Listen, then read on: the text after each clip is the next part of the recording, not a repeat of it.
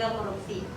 Sebelumnya kami akan memperkenalkan diri terlebih dahulu. Nama saya Lia sebagai moderator, saya Safira Amreni sebagai pemateri, dan rekan kami Ika di belakang sebagai operator. Baiklah, di sini kami akan mempresentasikan nih materi-materi tentang cara sederhana mencegah korupsi.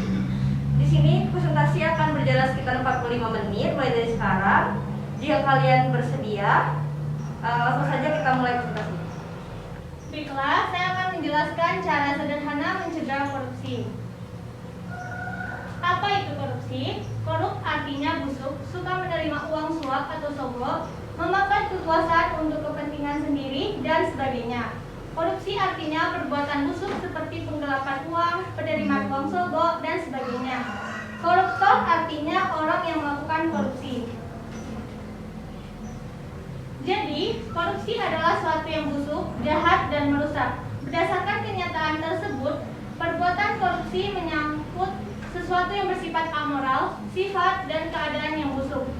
Menyangkut jabatan instansi atau aparatur pemerintahan, penyelewengan kekuasaan dalam jabatan karena pemberian, menyangkut faktor ekonomi dan politik. Penempatan keluarga atau golongan ke dalam kedinasan di bawah kekuasaan jabatan.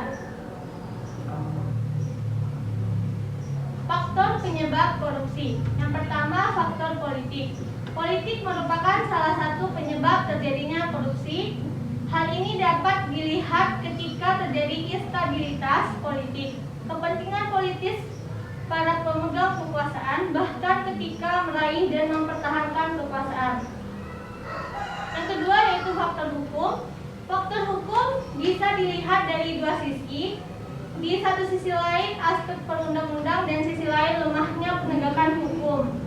Tidak baiknya substansi hukum mudah ditemukan dalam aturan-aturan yang diskriminatif dan tidak adil.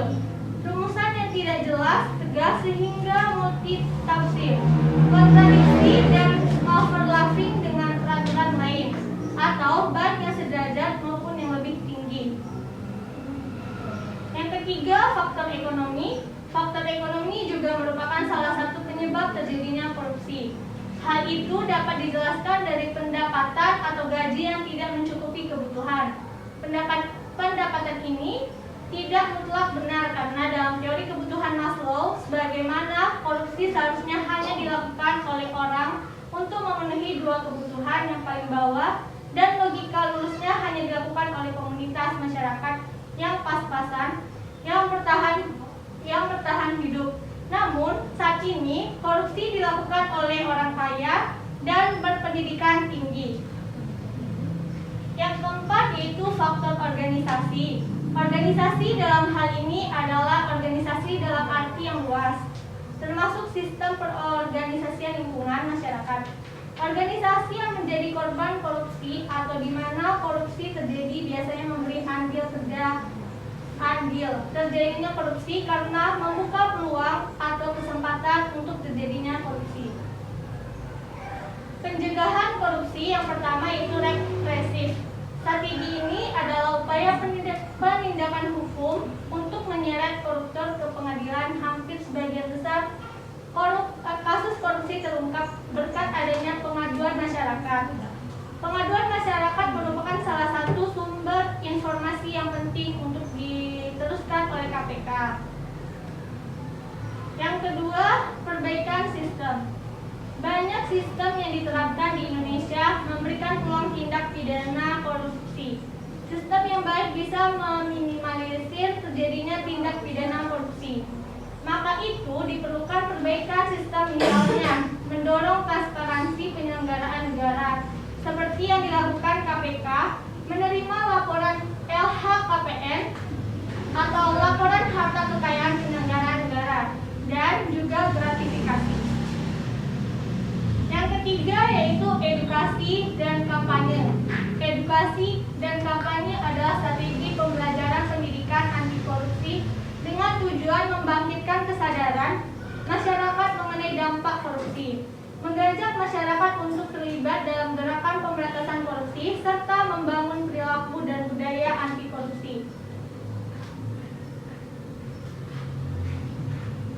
Baiklah, saya kembalikan kepada moderator. Nah, tadi kan kakak sudah menyajikan nih materi tentang cara mencegah korupsi. Untuk rekan-rekan sekalian, adakah yang ingin bertanya? Izin bertanya Kak, jadi pertanyaan saya, apa dampak korupsi terhadap aspek ekonomi yang Anda tahu? Baiklah, adakah lagi yang ingin bertanya? Izin bertanya Kak, saya Rina ingin bertanya,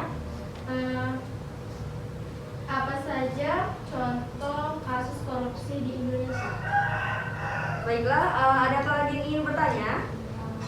Jika tidak ada lagi yang ingin bertanya, boleh kakak untuk menjawab pertanyaannya. Kakak akan menjawab pertanyaan dari Feni.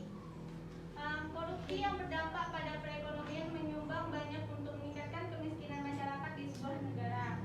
Dampak korupsi melalui pertumbuhan ekonomi adalah kemiskinan absolut, sementara dampak korupsi terhadap ketimpangan pendapat memunculkan kemiskinan relatif. Dan pertanyaan dari Rina, yaitu apa saja contoh kasus korupsi di Indonesia? Yang pertama, kasus penyerobotan lahan di Riau, kasus PT TPPI, kasus korupsi PT Asabri, dan kasus Bank Senturi. Bagaimana dengan saudari? Apakah sudah jelas? Nah, baiklah. Sebelum kita mengakhiri nih presentasi hari ini, kakak ingin bertanya kepada kalian, yaitu tentang apa sih itu faktor politik yang yang memfaktori terjadinya korupsi? Ada yang tahu? Izin Kak, Ya, dipersilakan untuk saudari menjawab. Perkenalkan, nama saya Sarini. Faktor politik itu adalah suatu penyebab terjadinya korupsi. Hal ini dapat dilihat ketika terjadi instabilitas politik, kepentingan politik pada pemegang kekuasaan, bahkan ketika meraih atau mempertahankan sebuah kekuasaan tersebut. Terima kasih. Wah, bagus banget jawabannya ya. Boleh tepuk tangan. Baiklah, kakak akan bertanya untuk pertanyaan terakhir, yaitu boleh sebutkan 3 cara pencegahan korupsi. Sebutkan 3 saja. Ada yang tahu? Silakan kepada saudara. Baiklah, saya Dimas, saya akan menjawab yaitu apa saja cara pencegahan korupsi. Yang pertama yaitu represif, yaitu adalah upaya penindakan hukum untuk menyeret koruptor ke pengadilan. Hampir sebagian besar kasus korupsi terungkap berkat adanya pengaduan masyarakat. Yang kedua adalah perbaikan sistem, dan yang terakhir adalah edukasi dan kampanye. Wah, bagus sekali. Boleh tepuk tangannya untuk saudara semua.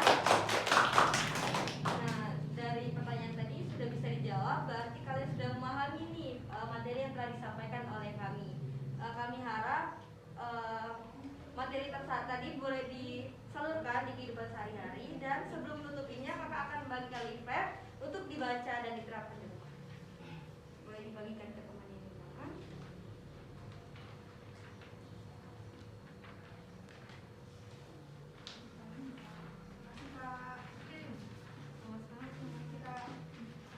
Apakah sudah dapat semua? Sudah? Jika sudah, jangan lupa leaflet ini dibaca. Boleh diberikan kepada teman-teman yang tidak hadir dalam presentasi ini. Baiklah, langsung saja kami tutup acara ini. Kami akhiri. Wassalamualaikum warahmatullahi wabarakatuh.